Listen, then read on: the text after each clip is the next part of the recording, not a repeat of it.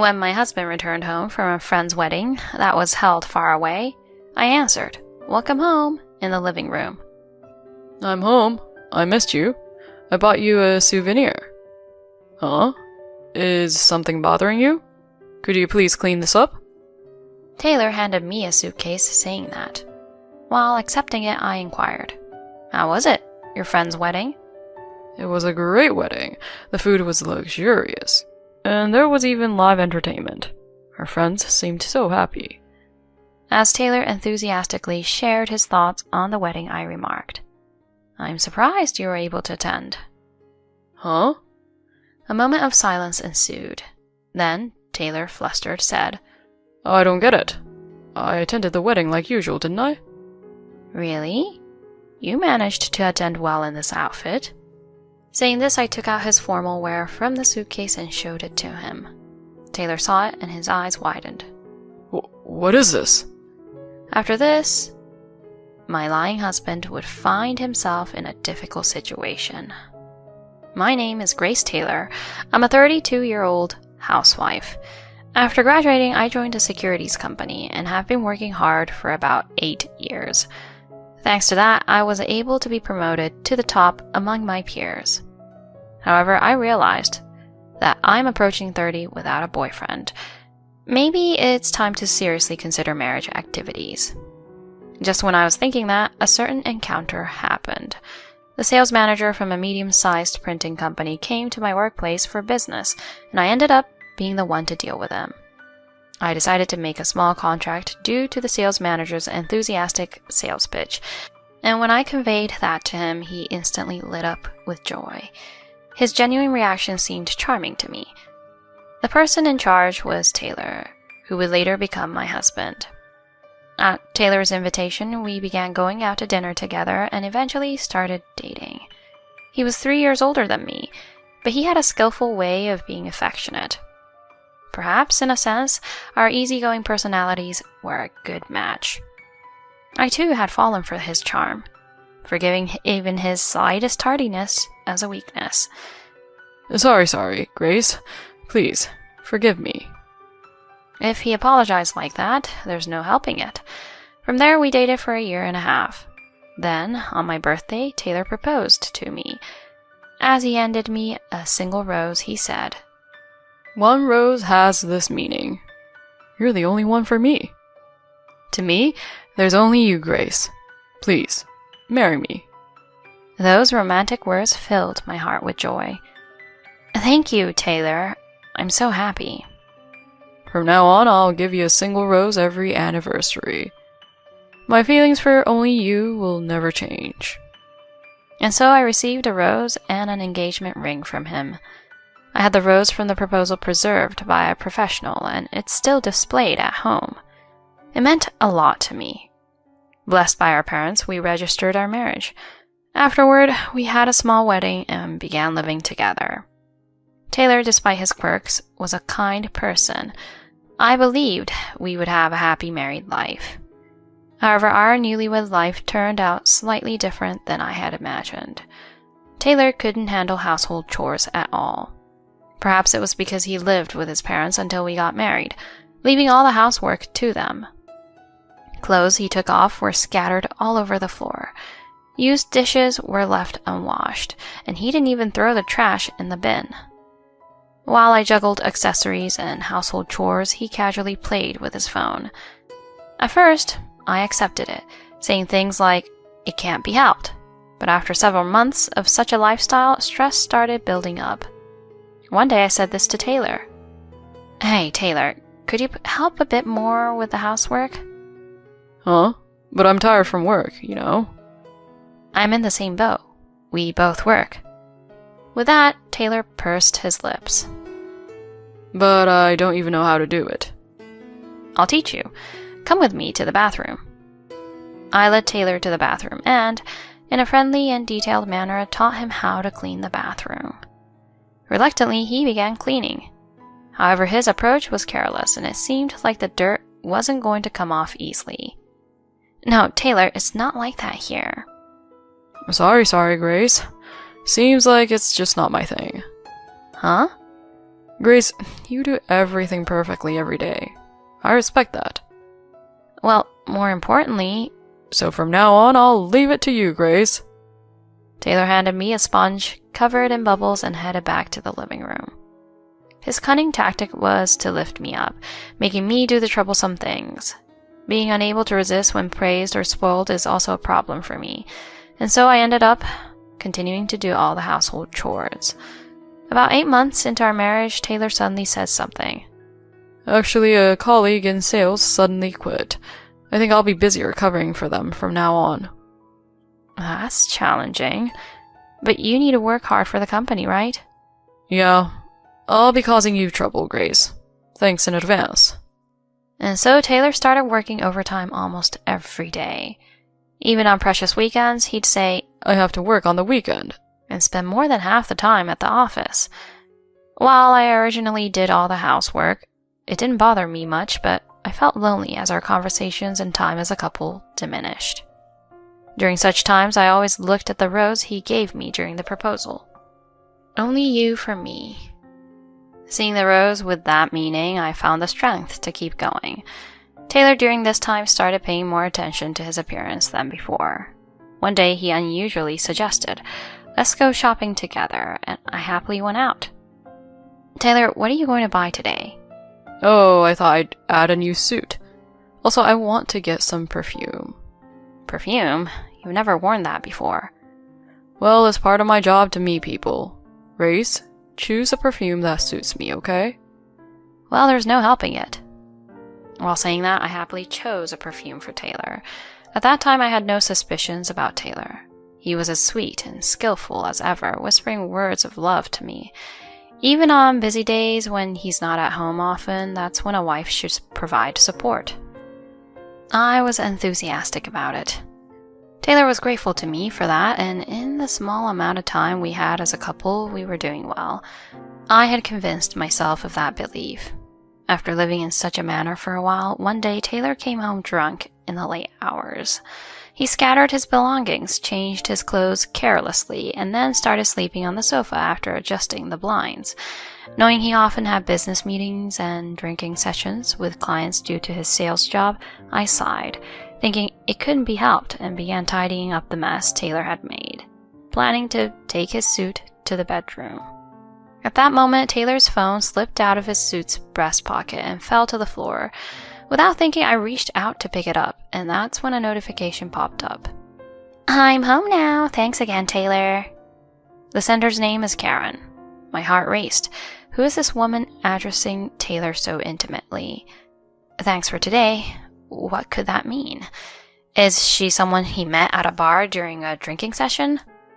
But would she really say, I just got home today? Thoughts swirled in my head. Acting on impulse, I took Taylor's sleeping hand and used fingerprint recognition to unlock his phone. From there, I discovered an intimate exchange with someone named Karen. My hands were trembling. Could he be cheating? If that's the case, it's unforgivable. I resolved to thoroughly investigate Taylor's actions. So, just like nothing had happened, I left the phone by Taylor's side and began looking into the nearby detective agency. 1 week after requesting an investigation into Taylor's affairs. Hey, Grace. So I've been invited to a friend's wedding from high school next weekend. Taylor casually mentioned it. Next week? That's quite sudden. Usually you get wedding invitations about 3 months in advance, right? I pointed out, and Taylor seemed to flinch for a moment. Oh yeah, I forgot to tell you that I already RSVP'd for attendance on the invitation. Sorry about that. What dates just happened to be my and Taylor's wedding anniversary? Do you remember? It's our wedding anniversary on that day. Taylor looked a bit startled. Oh, was it? Sorry, I totally forgot. But I have to attend the wedding. I'll make it up to you next time. Even the promise of giving a single rose on our anniversary seemed forgotten by Taylor. Nevertheless, I forced a smile and told him, it's okay. By the way, where is the wedding? In Alaska, but it's a bit far. But we've been good friends since high school. Taylor rattles on about such things without being asked. I was convinced. This is Taylor's lie. However, I smiled at Taylor with a sweet expression. Great, looking forward to the souvenir. Of course, I'll buy an Alaskan souvenir. By the way, I'm busy, so can I ask you to prepare my formal wear? Understood. I'll send it to the cleaners. Thanks, Grace. I love you.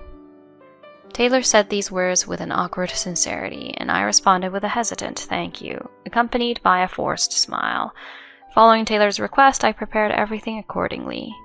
In doing so, I discreetly added a small surprise to his formal wear. He left for the trip, happily carrying his suitcase without noticing the added touch. I waved him off with a smile. 3 days later, he returned home. I'm back, Grace. I got you a souvenir. Taylor spoke these words with a smile, but my response was rather indifferent as I said, "Welcome back." Uh-oh, Grace. Is something bothering you? Can you help me tidy up this stuff? Taylor handed me the suit while saying that. As I took it, I asked him, "How was it? Your friend's wedding?" It was a great wedding. The food was luxurious and the atmosphere was lively. My friends looked so happy. As he went on talking enthusiastically about the wedding, I interrupted. "I'm surprised you were able to attend." Huh? There is a moment of silence. Then Taylor hastily spoke up. I don't get it. I attended the wedding like usual, didn't I? Wow, I'm surprised you were able to attend the ceremony in this formal outfit. I took his formal wear out of my suitcase and showed it to him. When Taylor saw this, his eyes widened. What's this?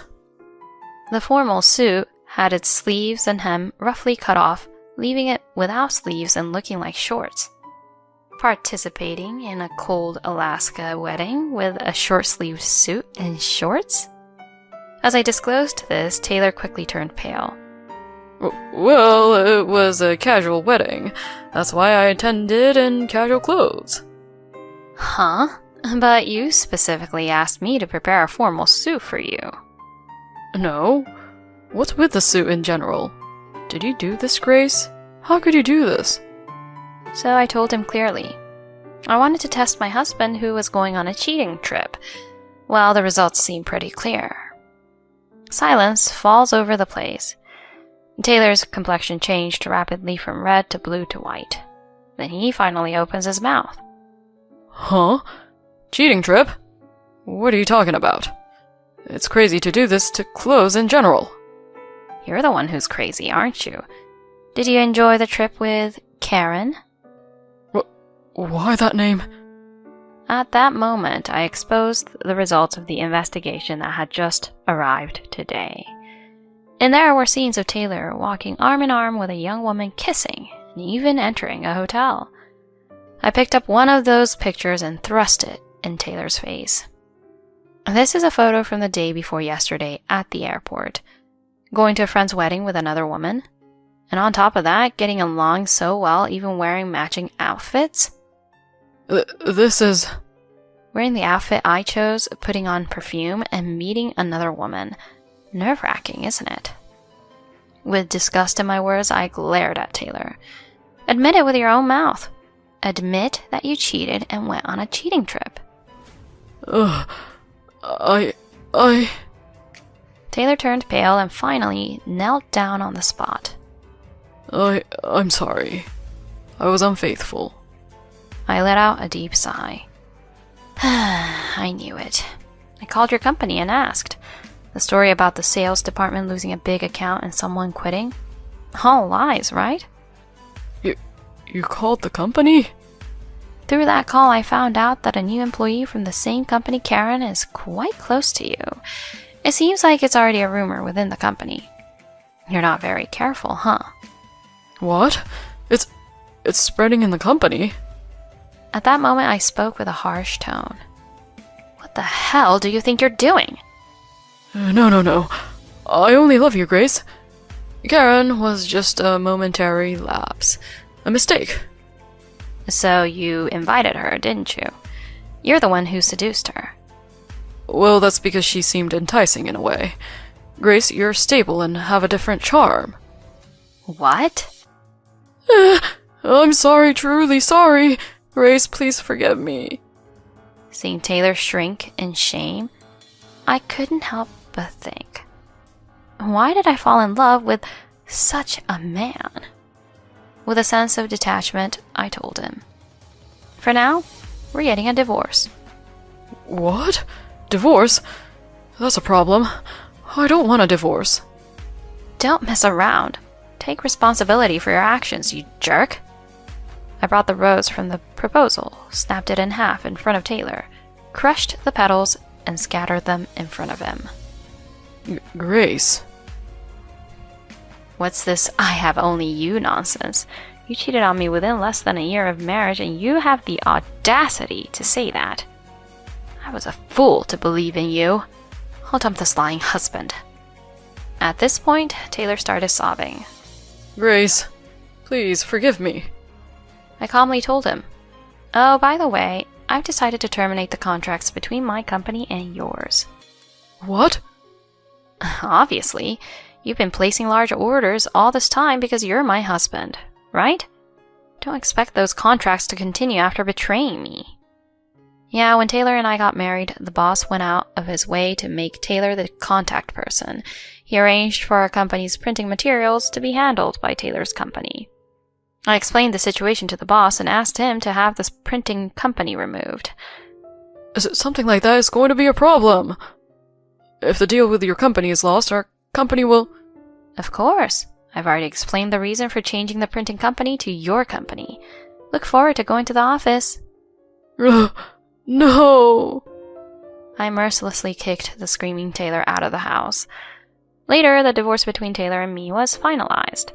As a result of involving a lawyer with sufficient evidence, I was able to claim higher alimony than the standard amount.